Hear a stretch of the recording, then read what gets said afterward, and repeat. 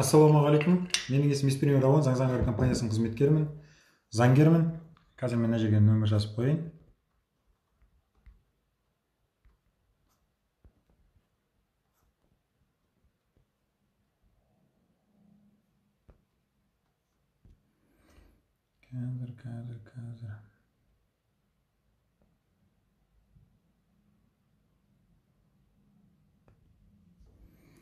Қазір сұрақтарыңыз болатын болса, комментарийға жазып қойыңыздар. Мен соған жауап беруге тырысамын.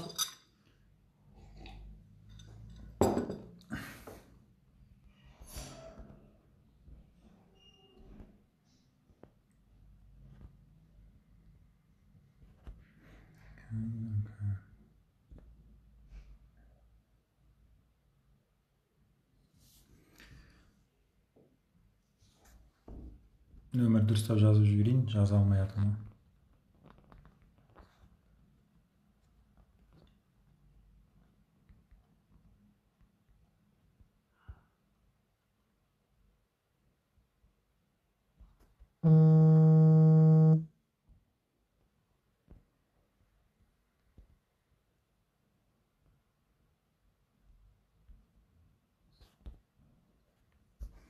Все.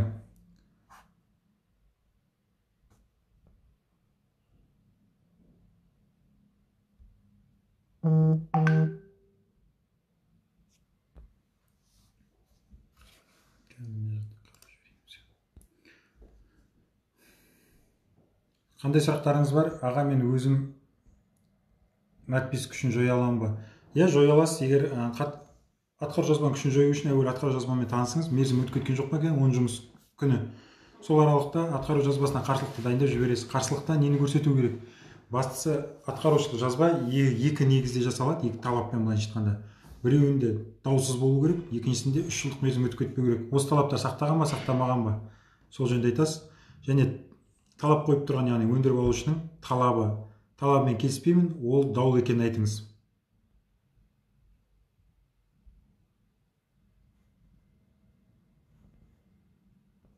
Сонымен соны жазып жіберсеңіз болады.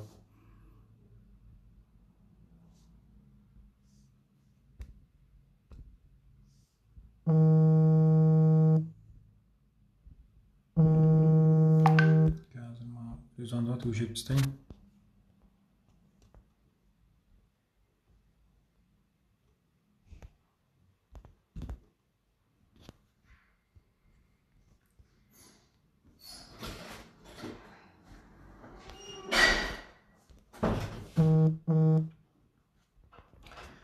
Донер 2588. Черный списоктан қалай құтылуға болады? Ақшаны жауып тастадым Хоумбанкте, бірақ әлі де черныйда тұрмыз.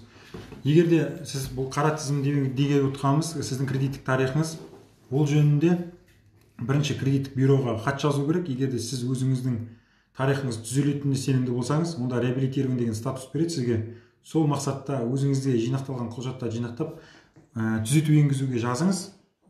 Ар жазып көруге болады, бірақ ол негізінде өз-өзімен реттеледі. Бұл жөнінде біз сіздерге пост дайындап жатырмыз, жуырда жариялаймыз, соны оқып таныссаңыздар болады.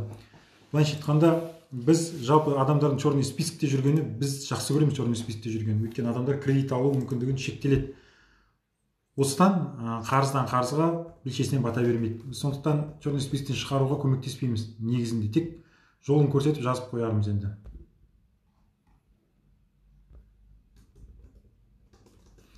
Сот орындаушылар Каспий Голд картамды блокқа қойып қойды. Альянстың 2007 жылғы кредитім үшін менің атымнан сот болған. Алматы қаласы Алмалинский сотта, мен Шымкентте тұрамын.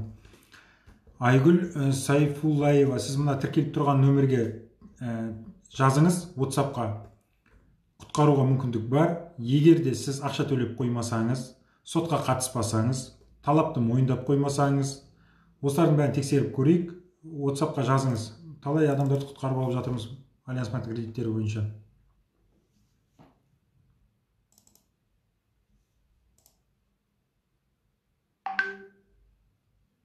Менің мойнымда 5 онлайн несиеде қарыз бар, барлығының соттан кейінгі қаулысы бар, және де 8 жеке сот орындаушылардың қолында. Маған сол қарызы сот орындаушыларын тоқтатып алдыруға бола ма?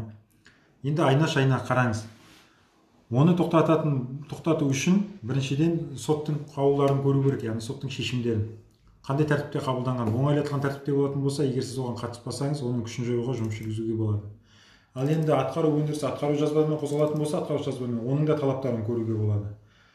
Енді тағы да бір мәселе, олардың пайыздары қалай? 30-40 мыңның көлемінде, 50-60 мыңның көлемінде болатын болса, соған бола іс қозғап, заңгерлерге жүгініп, ақша төлеп, шаршаудың қажеті жоқ. Егер де былайша айтқанда сізге ол без онлайнмен күресу тиімді болатын болса, күресу керек. Олардың күшін жоюға мүмкіндіктер бар, бірақ онда да заңның шеңберінде. Ол мүмкіндіктер мерзімдері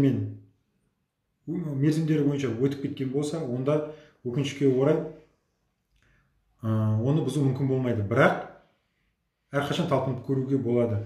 Мысалы үшін, делік сіздің жағдайыңызда соттың шешімі шығып тұр, оңайлатылған тәртіпте. Бірақ сіз ол сотқа қатысқан жоқсыз, соттың шешімін алған жоқсыз, сізге талап бар және оған тіркелген құжаттар берілген жоқ. Мұндайда, онда бұл сот шешімдерін күшін жоюға болады. Енді атқару жазбаға келетін болсақ, атқару жазбасын сіз алған жоқсыз, тек қана сот орындаушыдан білдіңіз, және атқару жазба бойынша талап етіп отырған өндіріп алушының талабына келісемін, мойындаймын деп хатпен немесе жазбаша қолхат берген жоқсыз. Сонда да нотариус атқару жазбасын жасады делік. Онда мұндай атқару жазбасында күшін жоюға болады. Осы айтқандарды ескеріп, өзіңіз пайымдаңыз. Тиімді ма, тиімді емес па?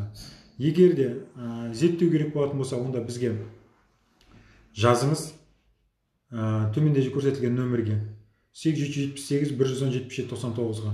Сол жерде өзіңіздің осы онлайн несиедегі қарыздарыңыз жөнінде айтыңыз, сосын тексеріп көреміз. Егер де күресуге мүмкіндік болатын болса, және сізге тиімді болатын болса, соларды пайымдап, соның негізінде жұмыста жүргіземіз.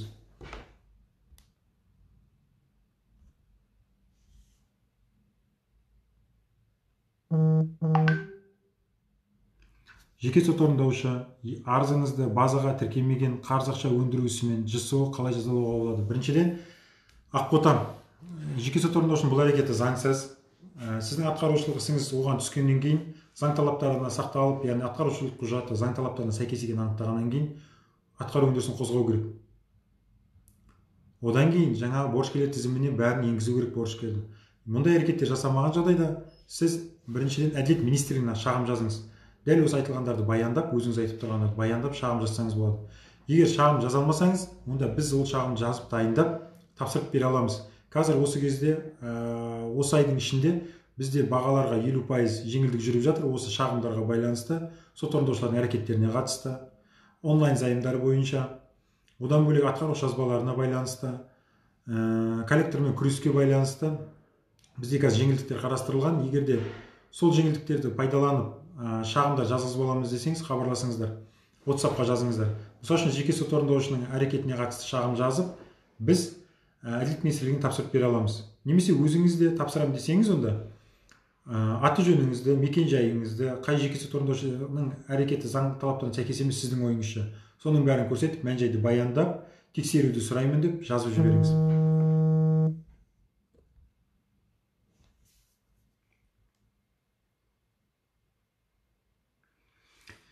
Динара, күйеуімнің төлей алмай жүрген кредиттері бар еді.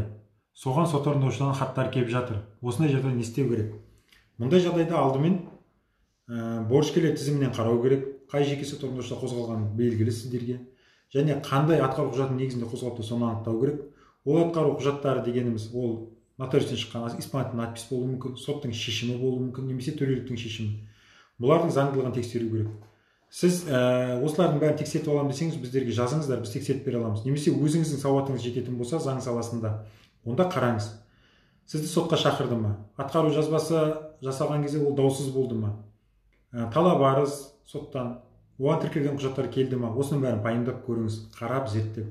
Егер де ондай әрекетте жасалмаған жағдайда, онда соттың тарапынан сот шешімі заңсыз шыққан болып есептеледі. Егер жалпы сіздің құқықтарыңыз шектелген, азаматтық процессуалдық кодексте тараптардың жарыспалығы, теңдігі деген қағида бар. Жарыспалығы деп отқанымыз, сіз өзіңіздің құқықтарыңыз бен заңды мүдделеріңізді қорғауға барлық мүмкіндіктерді алуыңыз керек.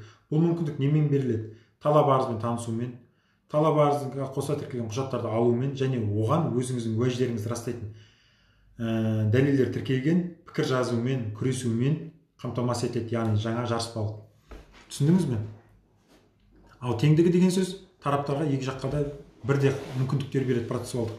Соны айтамыз. Сіздің ситуацияңызда егер сізге мұндай әрекеттер болмаса, онда біріншіден жарыспалық қағидасы бұзылған, одан кейін теңдікте, өйткені сізге тең мүмкіндік беріп тұрған жоқ. Соларды ескеріңіз. Біз мұндай жағдайда не істейміз?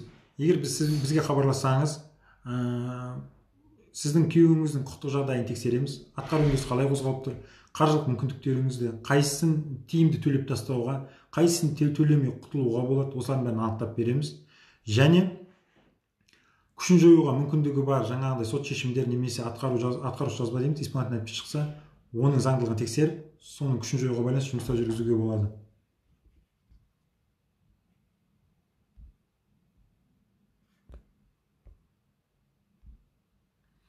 Зейнетақы жарнасы ай сайын аударылмаса не істеуге болады? Ипотека ресімдей алмай отырмын, есепшінің кесірінен. Бұл жұмыс берушінің кінәсі. Ол бойынша сіз жұмыс берушіңізге өзіңіз мәлімдеңіз. Егер де ол мәлімдегеніңізде ешнәрсе шешілмейтін болса, онда еңбек инспекторына арыз жазыңыз. Олар уақытылы зейнетақы жарнасын аударуға міндетті. Ал бұл міндетті сақтамау заң бұзу болып табылады. Ал заң бұзу жауапкершілікке алып келеді. Сондықтан еңбек инспекторына жазсаңыз болады, егер шешілмесе. Коллектор қайдан табамыз, өтіп кеткен дейді.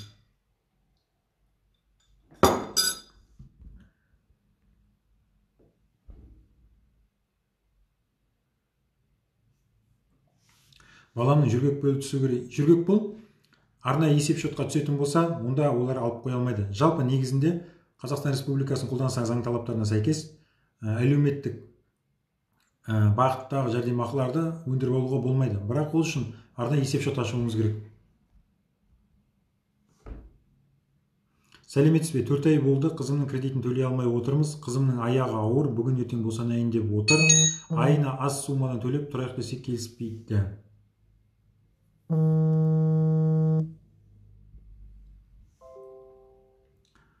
Сумада төлеп тұрайық десек келіспейді. Енді қай банк екен ол?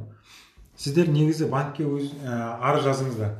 Мән жайды бәрін түсіндіріп, жағдайды, отбасылық жағдайларын.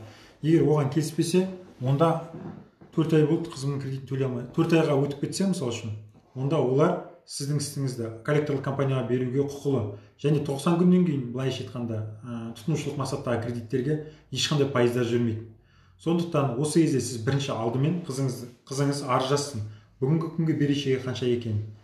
Соны анықтап алғаннан кейін, әрмен қарай жұмыстар жүргізуге болады. Соны анықтап алыңыз, содан кейін нені жазыңыз. Қазір маған срочно біреу жазып жатыр, мен жауап беріп жіберейін.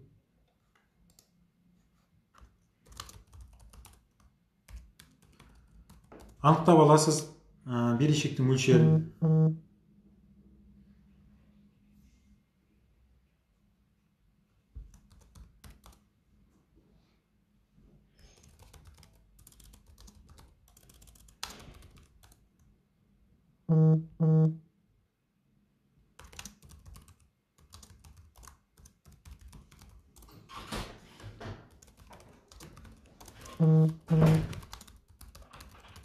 Қазір жауап беріп жіберейін.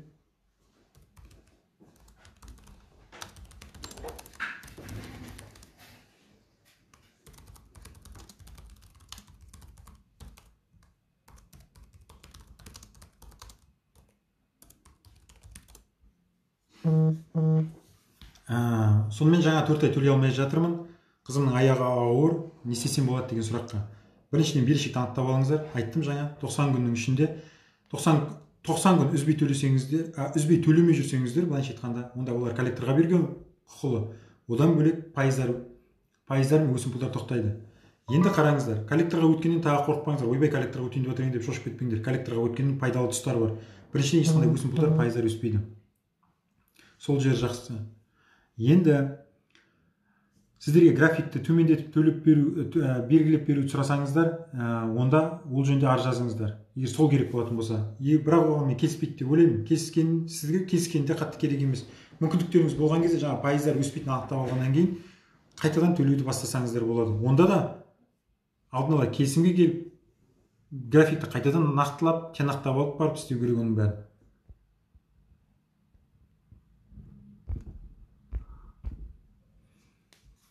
банктен черный списоктан қалай шығуға болады, оны айтып кеттім. Күйеуім бірінші тоқтақта мүгедек алған, онлайн кредитті төлей алмай отырмыз. Октябрь айында алғанбыз көкеден, қазір 60 мың болып тұр, соның процентін алып тастауға бола ма? 60 мың теңгенің мәселесі ғой, былайынша айтқанда бұл. 60 мың теңге болып тұрса егерде, процентін алып тастау үшін, ол үшін мәмілені жарамсыз деп тану керек. Мәмілені жарамсыз деп тануға негіздер болса әрине. Мұның бәрін зерттеп жүргеннен сол 60 мың теңгені төлеп кредит жауып тастаған жақсы. Тиімді тұсы ғой ол айтып тұрған. 60 мың теңге әрине сізге үлкен ақша екенін білем, бірақ онымен күресіп жүргенде сіздің шығыныңыз одан да асып кетуі мүмкін. Сондықтан қараңыз, сіз 30 мың алған болсаңыз, 40 мың алған болсаңыз, онда үстіне төлейтініңіз 20 мың, 30 мың теңге болуы мүмкін. Яғни сіздің дауласатын сумаңыз 60 мың емес, соның былайша айтқанда айырмашылығы, разницасы. Сол сізге еңбекке тұра ма, тұрмай ма, соны анықтап алыңыз. Енді ақша төлеген кезде сауатты қадам жасау керек. Берешекті өтедіңіз, квитанцияны сақтайсыз, көшірмесін істеп сақтайсыз, терминалға тапсырсаңыз, төлесеңіз. Енді құтылған кезде әлгі онлайн Көке KZ-те отырмыз ғой, көкеден. Көке KZ-ке онлайн займ берген компанияға хабарласып, хатпен берешектің жоқта туралы анықтама алып алыңыз. Сол анықтама сізді күндердің күнде құтқарады. Неге біз бұлай деп айтамыз, анықтама алып алу керек деп? Өйткені өкінішке орай көп жағдайларда осы онлайн займ берген компаниялар қайтадан сотқа беріп, сол ақшаны сіз төлеп құтылған ақшаны өндіріп алуға әрекеттер жасап жүр. 3-4 жыл, 5-6 жыл, 1-2 жыл қарамайды уақытқа. Сөйтіп тапсырады. Адамдардың бұл саладағы құқықтық сауатсыздығын пайдаланып, олар өздерінің айлаларын іске асырып отыр. Бұл айланы іске асырмау, сіздің қолыңызда жаңағы анықтамалар, қарызы, берешек өтелді деген анықтамалар алып шығады. Атқарылыс төртеу суммалар әртүрлі, екі нотариус бекіткен түсініксіз. Жанара, оны тексеріп көру керек, оның күшін жоюға бола ма, болмай ма, анықтау керек. Егер тексертем десеңіз, біздің WhatsApp нөмірге жазыңыз, қарап көрейік. Рауа мырза, коллектор звондап жатыр, сөзге түсінбейді, не істесе болады? Қайрат 990, олармен сөйлесудің қажеті жоқ. Сөзге түсінбейтінді нақұрыс дейміз. Сондықтан нақұрыспен сөйлесіп, қайтесіз, сөйлеспей ақ қойыңыз, сөзге түсінбейді олар. Коллектор заң талаптарына сәйкес әрекет ететін болса, онда сізге дөрекі сөздер, түсінбейтін әрекеттер жасамау керек. Мәдениетті, сыпайы, әдепті болу керек. Егер ондай болмады ма, телефонды қойыңыз, сөйлеспеңіздер. 3 ай отсрочка берді, содан кейін тағы төлей алмай қалдық. Осы уақытқа дейін 6 ай болды, коллектор сотқа береміз, үйіңізді аукционға өткізеді дейді, көмектесіңізші, не істейміз? Мұндай жағдайда коллектор не істей алады? Сізді сотқа берсін. Ол жақсы, соттан қорқудың қажеті жоқ. Сотта сіз күресіп, өзіңіздің құқықтарыңыз бен заңды мүдделеріңізді қорғай аласыз. Сотқа бергенде мүлдем қорықпаңыздар. Үйді аукционға салу мүмкін, ол егер үлкен сумма болатын болса, және сіздің үйіңіз залог деп болатын болса, сол кредит бойынша. Басқа жағдайда сіздің үйіңізді ешкім алып қоймайды. Кредит алғанда страховкаға ақша ұстайды, қаншалықты дұрыс айтып жіберіңізші. Кредит алған кезде сақтандыру шартын жасау міндетті емес. Оны сіз өзіңіз келісімшартқа отырасыз. Сол сақтандыру шартының күшін жойыңыз, болды, одан кейін ұстамайтын болады. Черный списокке қатысты біз пост жариялаймыз, соны күтіңіздер. Күтіп, бақылап жүріңіздер, таныстарыңызға бәрін айтыңыздар, көбейік, подписать етсеңіздер.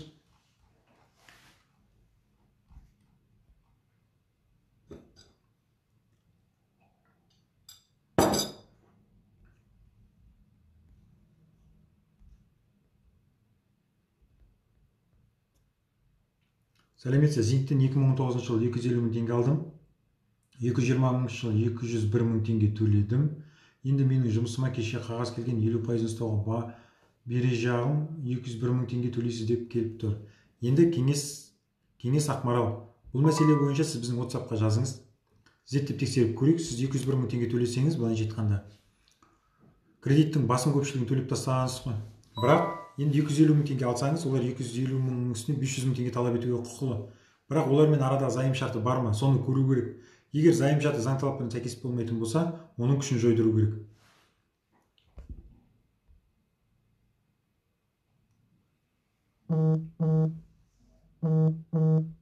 Паша, көкеге зайым коллекторға өтіп кетті. Егер зайымды көкесі финкап болып тұрған кезде алса, договор заңсыз тануға бола ма?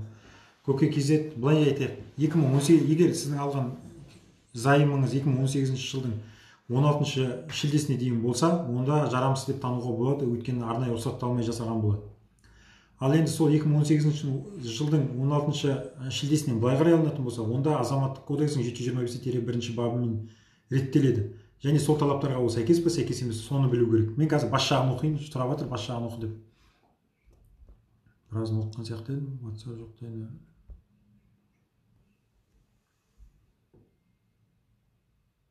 Жеке сотамын жұмыс орныма қағаз жібермей, карточкама 100% арест қоюға құқылы ма?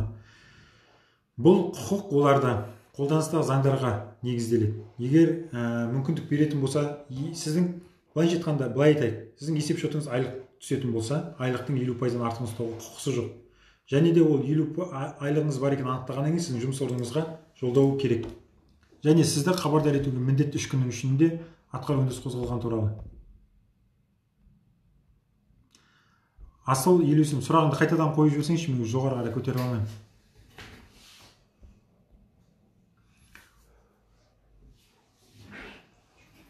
Маған күнде хабарласады, аудио мынандай нөмірлер, маған күнде хабарласады, Дорзалбад компаниясынан 770 қарызбын, қалай білуге болады, қай компания қарыз екенінде? Оны оп-оңай айнашалина білуге болады. Өзіңіз алдымен қай компаниядан алғаныңызды білесіз. Сол компанияға арыз жазу керек, қарызыңыз қанша екенін бәрін анықтап.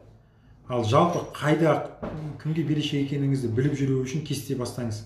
Осы кезден бастап ана адамдармен сөйлесуді тоқтатыңыз. Қай жерден есіңізге түсіріңіз, қай жерден кредит алғаныңызды, займ алғаныңызды онлайн. Соның барлығына арыз жазып анықтауға болады. Мұндай арыздардың үлгілері бізде бар. Жазыңыз, көмектесеміз, береміз. Ақысын төлейсіз, аласыз.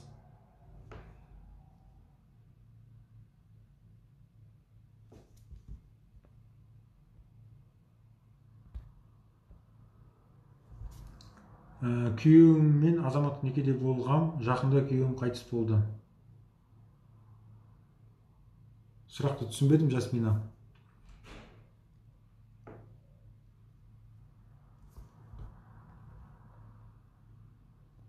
Только коллектор кредитке жауап бересіз бе, әлде жан-жақты ма сіздердің жұмыстарыңыз? Біздің Заңзаңғар компаниясы тек қана кредитпен және коллектормен, онлайн займмен ғана айналыспайды. Біз мұрагерлік істер жүргіземіз. Үйлерді аударамыз, көлік құралдарын аударамыз. Түрлі талап арыздарды дайындаймыз, сотқа қатысамыз, сотта қорғаймыз, корпоративті даулармен айналысамыз, заңды тұлғаларды құрамыз, таратамыз, қайта тіркеумен ұйымдастырамыз.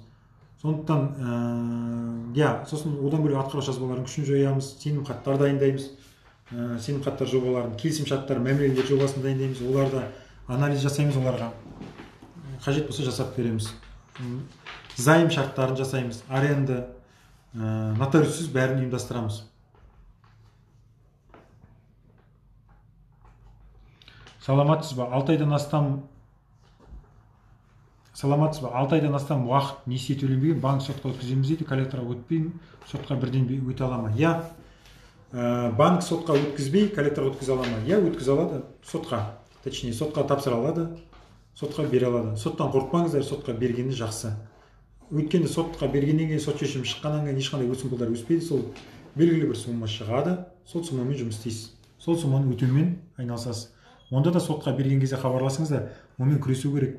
Заңды, пениясы заңды ма, заңсыз ба, соның бәрін тексеру керек.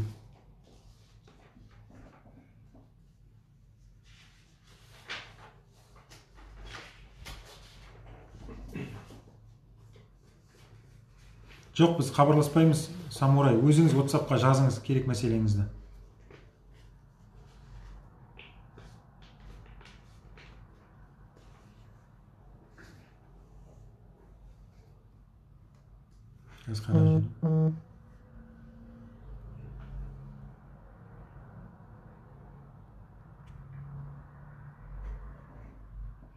Сіз телефон соқпаңыз, WhatsApp-қа жазыңыз, Самурай. WhatsApp-қа мәселеңізді жазып қалдырыңыз. Сосын кезегі келгенде ретімен жауап береді. Біз барлық WhatsApp-қа жауап береміз. Жауап бермеу болмайды. Егер арасында ұмытып қалатын болса, сіздер қайтадан жазыңыздар.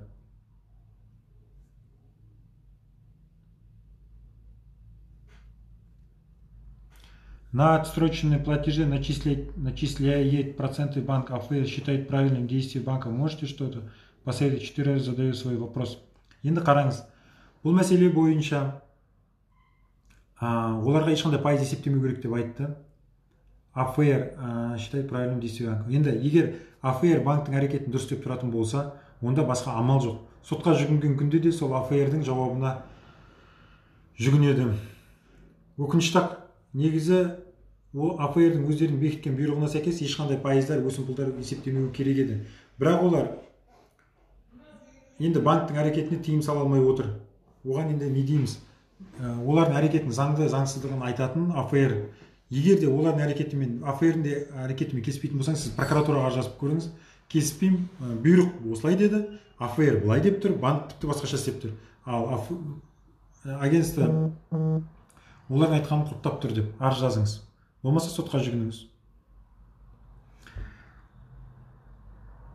Менің кредитімді төлей алмай қалғаныма жылдан асты, енді төлеп құтылуыма болады, аздан төлейін десем көнбейді. Барынша көбірек сумманы төлеп алыңыз, сосын азайтып төлейсіз дейді. Енді қараңыз, Сералиева ханым, сіз біріншіден төлемді жасауға мүмкіндігіңіз пайда болды. Төлегіңіз келеді. Мұндайда не істеу керек? Бірінші банкке арыз жазыңыз. Бүгінгі күнге берешегіңізді анықтаңыз. Сосын соны анықтап алғаннан кейін ол мүмкін олар коллекторға өткізді, мүмкін басқаша болды. Сол осы күнге сіздің жағдайыңызды анықтап алыңыз. Содан кейін оларға төлем жасау қабілетіңізді көрсетіп, осынша төлей аламын деп ұсыныс жасаңыз. Олар сосын жалпы ұсынысты келісуге болады. Мен 60 мыңнан, олар 70 мыңнан төлеуі мүмкін, сөйтіп 65 мыңнан немесе 70 мыңнан келісіп, графикті қайтадан белгілеп алуға болады. Бірақ енді сіздің жағдайыңызда мен болсам былай етер едім. Төлемді тоқтату керек негізінде. Өйткені олар қазір сіз қайтадан график жасап жатқан кезде тағы да пайыздарды үстеме есептеп қоюы мүмкін. Оны сіз білмейсіз. Одан кейін өзіңіз келісіп қойдыңыз деп АФР-де, жаңа ұлттық банкте соған жүгінуі мүмкін. Сондықтан олардың сотқа берген күтсеңіз болады. Ал жаңа мүмкіндігіңіз бар пайда болған ақшаны басқа жерге сақтаңыз. Бірақ негізінде төлеп құтылғаныңыз әрине дұрыс график жасап алып. Бірақ енді банкке сенімсіздеу қарап тұрмын да мен. Олар қазір график жасаған кезде жаңағы осы кезге дейін төлемеген пенялардың бәрін есептеп қою мүмкін. Сондықтан берешекті бүгінгі күнге анықтап алыңыз, графикті алып алыңыз, график берсін олар сіздерге өзіне ұсынған. Сол графикпен жұмыс істейсіз. Ал егер де коллекторға өтіп кеткен болса, онда өзіңіздің мүмкіндігіңізге қарай төлейсіз. Жарай ма? Оны түсіндіңіз ба? Егер коллекторға өтсе, ешқандай пене, еш нәрсе өспейді. 100 мың теңге деп берді ма, сол 100 мың теңге мүмкіндігіңізге қарай төлей бересіз. Төлеген түбіртектерді сақтайсыз. Сосын төлеп болған кезде коллекторлық компанияға хабарласып, жазбаша. Мен хабарласып дегеніңіз жазбаша жазып, берешегіңіздің өтелген жөнінде анықтама алып аласыз. Осылай. Ал егер де сотқа берсе олар, берешегіңізді өтеп жүргеніңізді дәлелдейтін құжаттарды тіркеп, сотта пікір жазасыз, сөйтіп мөлшерін азайтуға болады.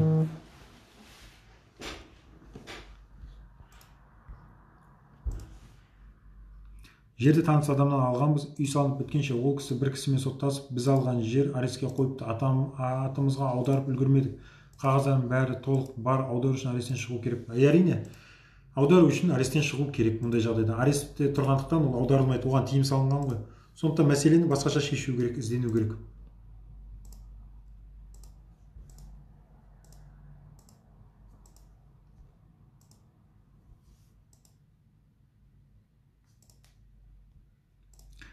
Абдурахман Маратұлы, сіздер сияқты жұмыс жасағым келеді, көмек бергім келеді. Алла алдыңыздан жарылқасын. Әрине күшті нәрсе ол. Айналсыңыз, күшті, жақсы нәрсе ол.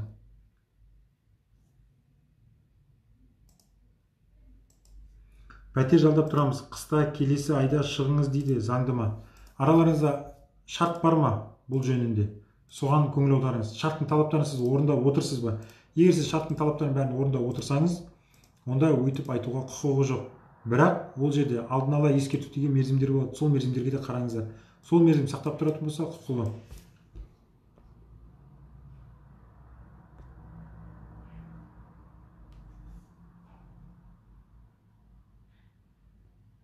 Күйеуімнің заңды неке жоқ, балам әкесінің фамилиясында артында қалған мұрасын ала аламын ба? Иә. Күйеуіңіз қайтыс болды делік, заңды некеде емессіз, бірақ балаңыз сол кісінің баласы болып тұр, туу туралы куәлік бойынша құжатта. Иә, ол мұрагер болып табылады, мұрасын ала аласыз. Мұрасына құқығы бар оның. Декреттегі анамын, жұмысқа қайта тегін кіре аламын ба? Сізді түсінбедім, тегін кіре аламын ба деген. жұмысқа негізі адам тегін тұрады ғой.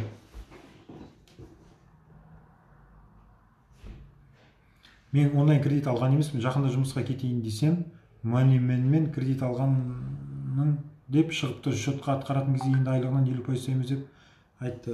Онда сіздің кредит, Ләззат Абдыраманова, сіздің сыртыңыздан кредит алғанға ұқсайды. Зерттеу керек, анықтау керек. Айналаңызды зерттеңіз әуелі, айналаңызда адамдар алуы мүмкін. Бірінші. Қалай қозғап тұр атқару өндірісі, соның бәрін тексеру керек. Егер кеңес керек болатын болса, WhatsApp-қа жазылыңыз.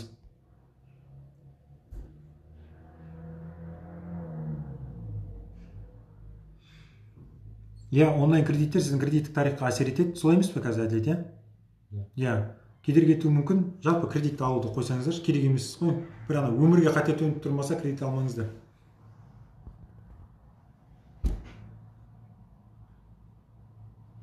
Коллектор мәселесі жөнінде сізден көмек сұраса, қызмет ақыңыз қанша болатынын айта аласыз ба? Бұл қызмет ақыны ол әр мән-жайға байланысты ситуацияға. Сіз WhatsApp-қа жазыңыз, ситуацияға байланысты соған қатысты жұмыстар жүргіземіз. Мысал үшін, егер берешек анықтау жұмыстарын жүргізу бізде 30 мың теңгеден басталады. Коллекторға арыз жобаларын дайындап беру бізде 5 мың, қазір скидкамен болып жатыр, 5 мың теңгеден. Тағы да қосымша скидкалер болса, қызметкерлер айтады, арнайы бөлімге жазасыз. Онымен мен айналыспаймын, сондықтан онымен айналысатын арнайы бізде бөлімдер бар. Сол бөлімдерге қатысты білетінім тек 30 мың теңгеден басталатын қызметтердің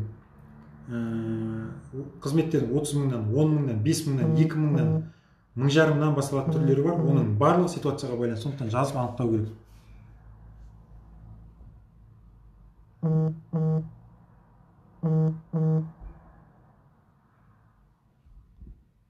Анам жақында қайтыс болды, үйді немересіне қалдырды. Қарсы емеспіз, бірақ нотариус немересі мұрагер бола алмайды дейді. Балалары бар дейді. Дұрыс айтады. Немере ол екінші кезектегі мұрагер. Бірінші кезектегі оның балалары, әке шешесі, жары, осы адамдар бірінші кезектегі. Оның қиындығы еш нәрсе жоқ. Бір баласын аударыңыздар, жиналып. Сосын содан немересіне аударып бересіздер. Проблема емес ешқандай ол. Егер дау болмаса әрине. Гүлнара Азим. Бір-екі рет сіз телефон соқпаңыз, бізге қол жеткізу үшін. WhatsApp-қа жазыңыз. Телефонды көтермейтін себептеріміз бар. Себебі біздің заңгерлер сотқа қатысып жатады. Тағы да сондай процедуралар жүргізіп жатады, процессуалдық әрекеттер. Сіздер сол кезде хабарласасыздар, біз сол кезде көтере алмаймыз телефонды. Сондықтан WhatsApp-қа жазыңыздар. Сот орындаушыдан төленбеген кредитті қайтарған үшін неше пайыз? Бұл кредиттің, яғни өндірілетін суманың мөлшеріне байланысты 25-ке дейін. Дұрыс емес па, әділет? 25-ке дейін болады пайызы. Ең жоғары пайызы 25, Жалпы сот орындаушылардың қоятын пайызы. Ең үлкені 25%. Сумасына байланысты бәрі. Абдырахман, оқытамыз, Абдырахман Маратәлі. Болады оқытуға. Қай салада қызмет көрсетесіз? Сіз WhatsApp-қа жазыңыз, сол салада сізбен материалдар беріп, жұмыста жүргізуге болады. Әрине, келісімшартқа отырамыз, сол келісімшарттың негізінде.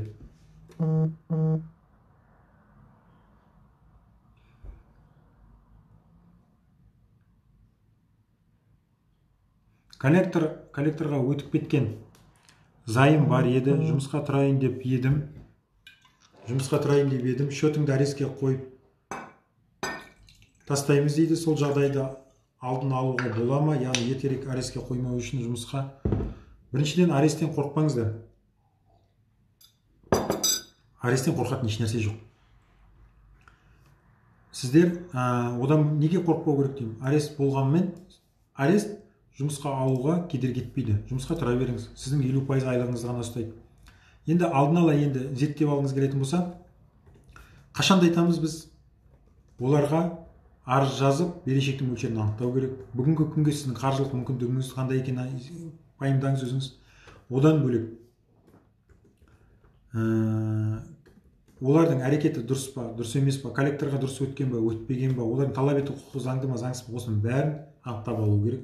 Содан кейін жаймендеп оларға хабарлап тастап, айма-ай өзіңіздің мүмкіндігіңіздер ақшаңыз төлеп тұратын болса, онда олар сотқа да, нотариуске де жүгінбей, сот орындаушыға жүгінбеуі мүмкін. Осындай мүмкіндіктеріңіз бар.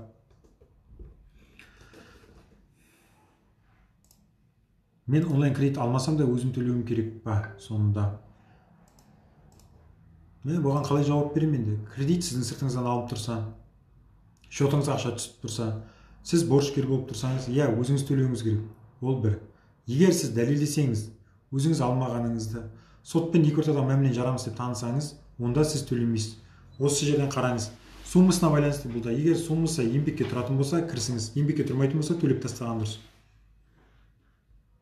Негізі мұрагерлік іс қайтыс болған жерге байланысты ашыла ма? Иә, адам қайтыс болған жермен ашылады.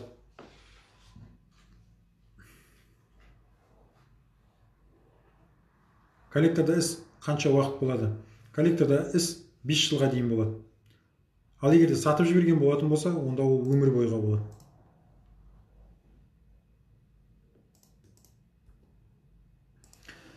Тенго, Коке шоттарымыз арестке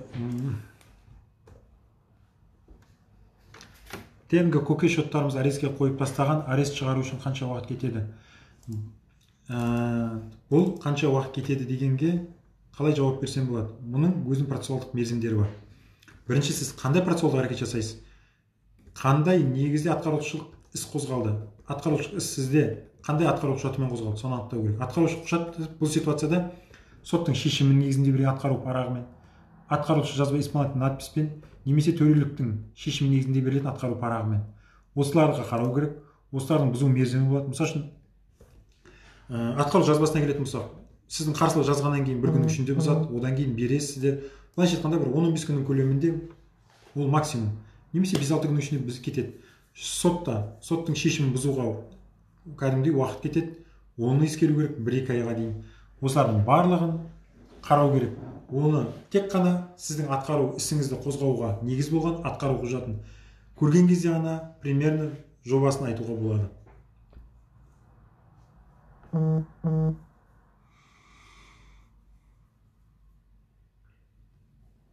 Зайымнан 60 мың теңге алғамын, төлей алмадым, 105 мың төлеу керек дейді. Былайша айтқанда, қазір онлайн займдар бойынша 100%-дан артық өсірмейді, яғни 60 мың алсаңыз 120 мың теңге көлемінде қайтаруға міндеттісіз. Бүкіл пайыз, пене, комиссиялар есептегенде 105 мың теңге дегенде нормально айтып тұрған секілді. Сіздің переплатыңыз былайша айтқанда 55 мың теңге болып тұр ғой. Сол 55 мың теңгеге бола, олармен күресудің қажеті жоқ. Жер үй кезінде қайныма аударған бауырлары, биыл бұрынғы күйеуім қайтты, балдарға тиесілі ме? Және жер үй кезінде қайныма аударылған. Егер бұрын көзі тірісінде адам мүлкіне билік етіп кеткен болатын болса, онда ол оның мұралық мүлік емес, одан қалған. Мұралық мүлік дегеніміз адамның қайтыс болған кезінде атында тіркеліп тұрған заттар, мүліктер, жылжымайтын мүліктер мұралық мүлік болып есептеледі. Егер оның атында болмаса, мұралық мүлік емес. Сондықтан оған балаларының құқықтары жоқ.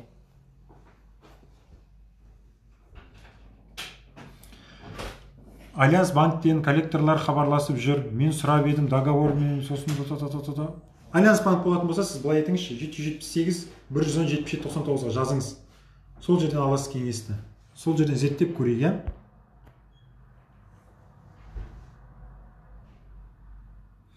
Мұрагерлердің біреуі келмей қалғанда, қалған мұрагерлер ақшасын, ол нотариус өзі реттейді. Егер бір мұрагер ақшасын алуға немесе жалпы әрекет жасамайтын болса, оның өзінің талаптары бар. Азаматтық кодекстің 1077 бабында 1080 баптары бар. Осы баптардың негізінде кәдімгідей кім келді, соған өзінің үлесінің көлемінде мұрагерлік куәлікті беріп, сонымен әрмен қарай жұмыстар жүргізе беруге болады.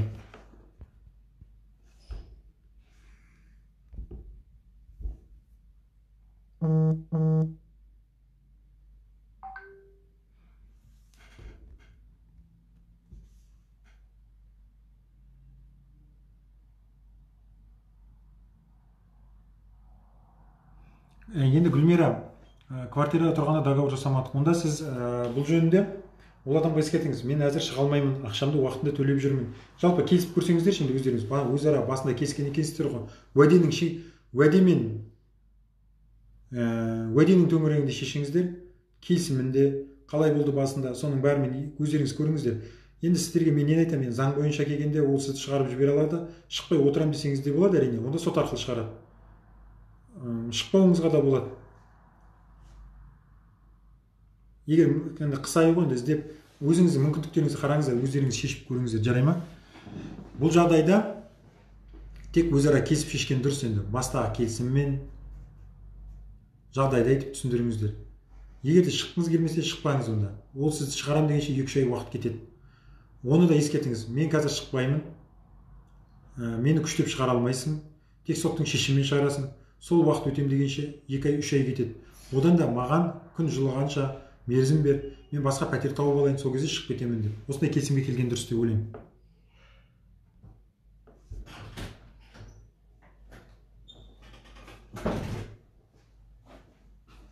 Егер Каспий Голд ашпай тұрса, басқа банктен ашып көрсеңізші. Сосын арыз жазыңыз, Анаргүл. Ашу керек негізінде. Не себепті ашпай тұрған жазбаша түсіндіріп берсін сізге.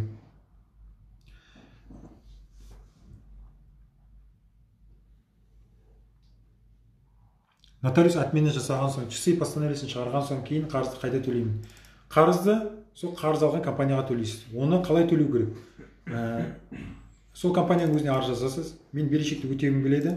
Бүгінгі күнге берешегінің мөлшерін анықтап беруді және қай реквизиттерге төлеу керек екенін көрсетіңіз деп. Соған жауапты жазбаша алғаннан кейін сол бойынша қадамдар жасайсыз. Осы төлемдер бойынша осыған байланысты бізде арнайы кейс бар. Дүйсенбі күні алсаңыздар болады, жазыңыздар. Қарызды қалай өтеу керекке байланысты осы атқару жазбаларын күші жойғаннан кейін жалпы сот актілерін берешекті өтеуге байланысты қадамдары бар. Мен оның қадамдарын қазір сіздерге айтып отырмын. Бірінші, жазасыз дедім, аласыз дедім, алғаннан кейін сол бойынша төлем жасайсыз дедім, квитанцияларды тіркейсіз, төлеп болғаннан кейін берешек жоқ деген анықтама алып аласыз. Осы арыздың барлық үлгілері бар бізде, бағасы қымбат емес. Келіңіздер, жазыңыздар біздің WhatsApp-қа, сосын аласыздар. Ағайындар, мен қазір тоқтатқым келіп отыр. Тікелей эфирді сақтаймыз. Сұрақтарыңыз болса қосымша қойыңыздар, астына ыңғай келсе жауап беруге тырысамыз. Сонымен жақсы сау болыңыздар, жарай ма?